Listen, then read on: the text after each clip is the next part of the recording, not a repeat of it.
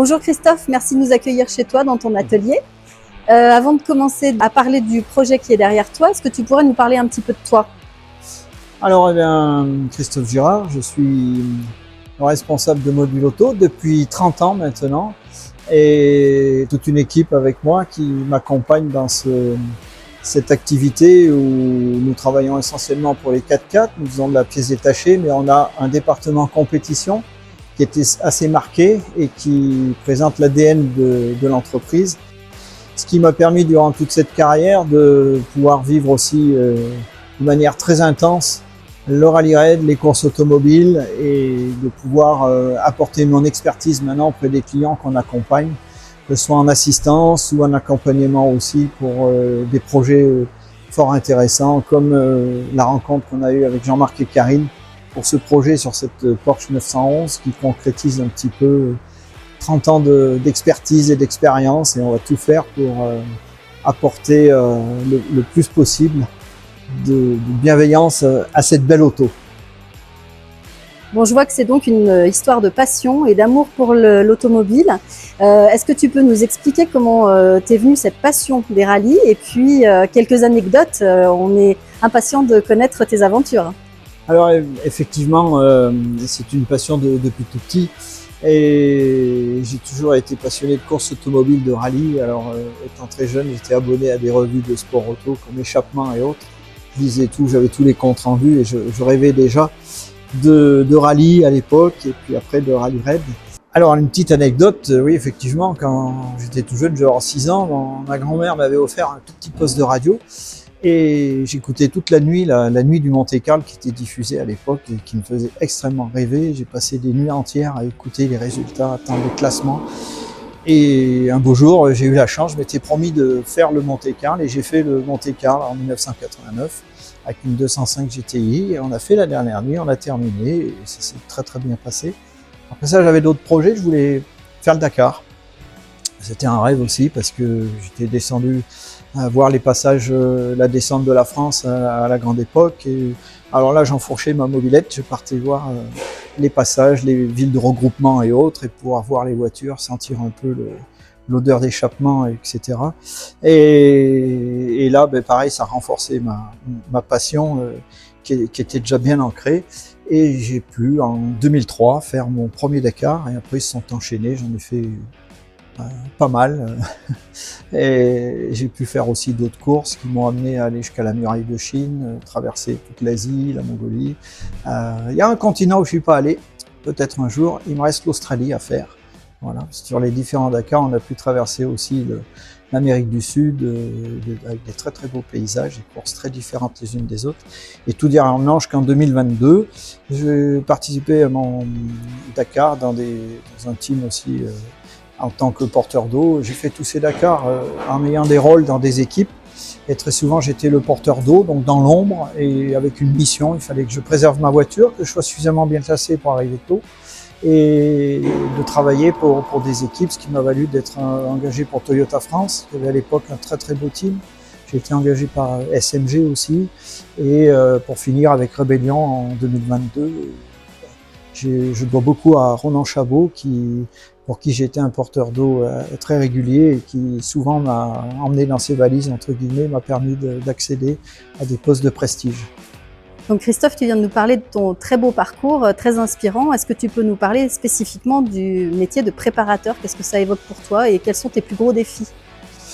Alors, au niveau de la préparation, tout ça est arrivé petit à petit du fait que j'ai toujours fait mes voitures moi-même, construite mes voitures. Le point important, je suis d'une formation à mécanique générale, ce qui apporte quand même des connaissances au niveau des résistances des matériaux, mais pas que. Et au niveau de la fiabilité des véhicules, et bien quand on fait sa voiture, et surtout quand on a des petits budgets, on est surtout là pour faire en sorte que sa voiture soit parfaitement fiable, parfaitement finie, très efficace, et surtout de pouvoir être à l'arrivée et justifier parce qu'on n'a pas de deuxième chance. Donc la course, elle est là, des fois on se dit il y aura peut-être que celle-là, et il faut vraiment tout faire en amont, passer de partout, mais rien laisser au hasard, être un peu méticuleux, ce qui m'a valu parfois aussi d'être un peu chahuté par des des personnes qui trouvent que je suis trop maniaque et trop méticuleux. Mais en attendant, j'ai pratiquement toujours fini mes courses et les résultats sont là. Et quand on vise l'arrivée, il faut rien laisser au hasard. Voilà, il faut tout imaginer, tout penser, tout ce qui peut arriver. Mais pareil, ensuite, quand on est sur la piste, eh bien, on conduit peut-être pas tout à fait pareil. Quand on a passé des centaines d'heures, voire plus, à faire sa voiture, eh bien, parfois, on se retient un petit peu, quoi. Et quand on a envie de se lâcher, on se dit, ouh, quand même, il va peut-être falloir passer 200 heures à refaire s'il arrive quelque chose. Donc, on va être prudent. Alors, au niveau de la préparation, et de toute façon, j'ai jamais travaillé tout seul. J'ai toujours une équipe avec moi et des collaborateurs que je cherche au maximum à impliquer dans ces projets, parfois un peu fous, un peu bizarres, un peu loufoques, peut-être. Mais avec toutes ces années, on est arrivé donc avec ce projet assez spécial de monter la 911. Et là, je me suis rapproché de Raphaël Gomez, qui est un grand spécialiste de la Porsche, que je côtoyais, je l'observais, parce qu'en fait, j'observe beaucoup, moi, sur les rallyes, je vois un peu ce qui se passe. Et après, dans un projet comme ça, j'ai souhaité mettre Raphaël dans la boucle avec moi pour ce projet assez fantastique. Donc là, on est parti sur la base d'une voiture qui était équipée un petit peu pour la course, une voiture qui a participé plusieurs fois au Rallye du Maroc historique, une course qui se déroule sur la terre, mais qui a des spécificités qui ne demandent pas ce qu'on a besoin pour du rallye raid. Donc la voiture est entièrement démontée, préparée, et là je vais laisser Raphaël vous parler un petit peu de tout ce qui est en cours de travaux sur cette voiture. Merci Christophe. Je me suis mis sur ce véhicule donc, que je connais très très bien. Bon, je suis un mécanicien depuis très très longtemps. J'ai 65 ans, je travaille dans l'automobile depuis l'âge de 14 ans. J'ai toujours travaillé dans les voitures de course, les motos. J'ai toujours couru en moto, en voiture depuis de nombreuses années. Donc je m'adapte à chaque pilote et je fais la voiture qui a besoin. Et comment as-tu rencontré Christophe? Voilà, donc Christophe, bon, on se connaît depuis pas mal d'années déjà maintenant. Mais bon, on n'a pas côtoyé vraiment dans la mécanique ensemble, mais on se connaît très bien. Il faut qu'il y ait de l'entraide, il faut qu'il y ait une compréhension entre les mécaniciens. Ouais. Et dans les équipes qui fonctionnent bien, qui marchent bien, c'est qu'il y a une certaine alchimie qui se passe. Alors même si pour le chrono, on est parfois concurrent sur la piste, ouais. En assistance, bien souvent, quand il y a des équipes qui fonctionnent ensemble, c'est très important qu'il y ait une certaine osmose et une entente. Ce qui peut servir à l'un un jour, servira à l'autre le lendemain, et les coups de main qu'on se donne, tout ça, ça se passe en off, mais c'est des moments forts en humanité. Et parfois, c'est ça, il n'y a pas besoin de beaucoup parler, mais on sait ce qui se passe, on voit ce qui se passe, on voit le travail que fait l'un ou l'autre. Quand on sait que l'équipe a travaillé toute la nuit, que le lendemain matin, ils ont besoin de quelque chose, on ne va pas hésiter à aller leur donner un coup de main. On sait que les mécanos, ils ont dormi peut-être 1 heure ou 2 et que le lendemain, ils doivent faire des liaisons 300, 400, 500 km. S'ils ont le moins de pépins, on les voit arrêter avec une roue crevée, on n'hésite pas, on s'arrête, on va aider, on va changer la roue avec eux. C'est des moments, et en humain, ben voilà ce qui se passe.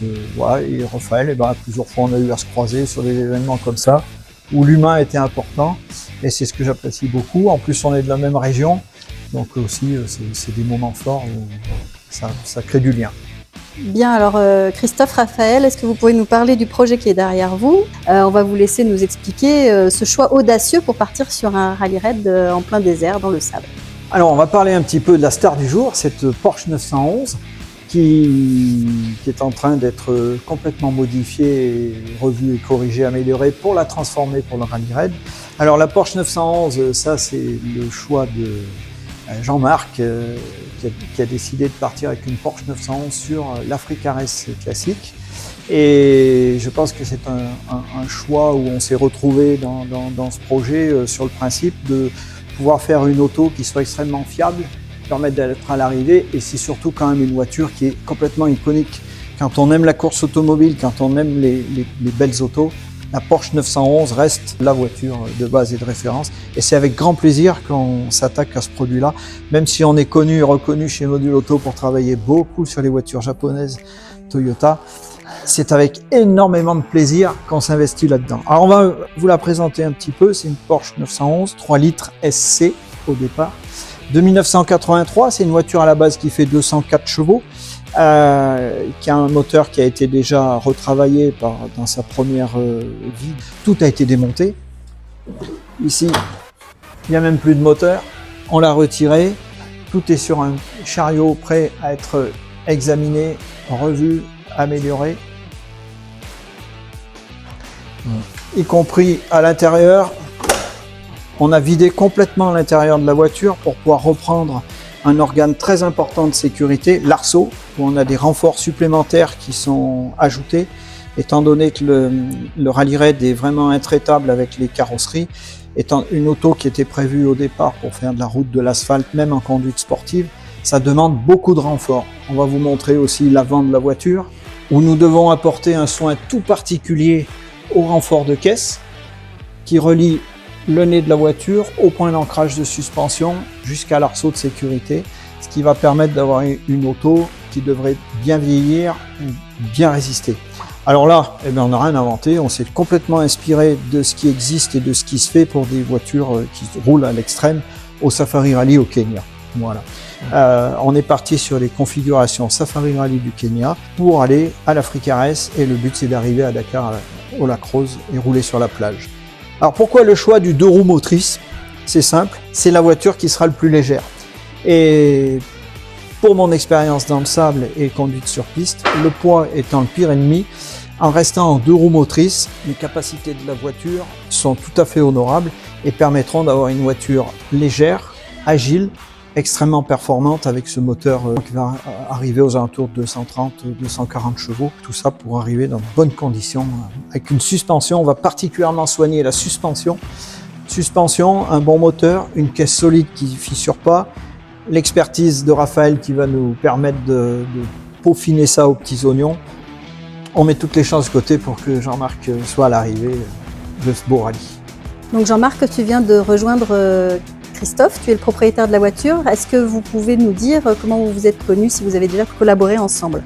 Eh bien, c'est grâce à Christophe que j'ai fait mon premier Rally Raid. C'était à bord d'une 205 qu'il a préparée spécialement pour l'Africa Raid. On l'a fait plusieurs fois d'affilée, sans aucun problème mécanique. J'y allais en toute sécurité. C'est le sorcier de la préparation des Rally Raid. Merci Jean-Marc. Oui, effectivement, ce qui nous a rapprochés, c'est un très beau projet qu'on avait réalisé à construire des 205 Africa Raid. Et c'est des autos qui ont été assez fantastiques parce qu'on est parti de notre expérience en rallye asphalte depuis les tout débuts justement en 205, on a dérivé. On a réussi à sortir des petites autos absolument fantastiques, effectivement en 2 roues motrices, mais qui ont permis d'aller dans le sable et dans les dunes, même pour rouler dans la neige, qui était extrêmement performante. Avec ces autos-là, on peut dire qu'on était même plus performant que nos 205 GTI de rallye de l'époque. C'était assez fabuleux, ça a été une aventure assez exceptionnelle. Et ça m'a fait énormément plaisir. Une de ces 2 voitures a été cédée à Jean-Marc, qui en a pris soin, qui l'a fait vivre et qui lui a fait vivre de grandes aventures sur ces rallyes. Et là, on va mettre tout notre cœur à réaliser cette Porsche. Merci Jean-Marc de cette confiance, mais crois-moi, voilà, on s'est engagé, on motive toute l'équipe autour de ce projet. Et le but, c'est vraiment de réaliser cet Africa Race et de pouvoir aller jusqu'à Dakar ensemble et de vivre une aventure formidable. Et alors, j'ai d'autant plus confiance dans Christophe et dans ses compétences. Il va être à l'assistance pour l'Africa Race. Et donc, du coup, il va la préparer aux petits oignons pour que l'assistance se passe tranquille. On va t'accompagner dans cette démarche et on va avoir recours à des amis qui sont très performants là-dessus pour la partie du pilotage, mais tout ce que je pourrais t'apporter, toute cette transmission, ça me fait plaisir de te l'apporter. Effectivement, en assistance, on a plutôt envie de savourer le moment et d'en profiter, de vivre pleinement la course plutôt que de passer des nuits blanches à réparer la voiture, donc on va tout faire pour. Après, ça reste de la mécanique, il peut nous arriver des aventures, des choses un peu exceptionnelles durant des courses aussi longues, et c'est ce qui fait partie de ces rally raids et qui nous motive à se dépasser, à se surpasser et parfois faire des choses exceptionnelles quand il y a de la mécanique qui décide de nous jouer des tours. Mais on aime ça et on va y arriver. On y va. Et bien, merci Christophe. Et puis la prochaine étape, ça va être de remonter le moteur, remonter la mécanique pour pouvoir commencer la phase d'essai et de réglage du châssis, du moteur et de tout ce qui va avec.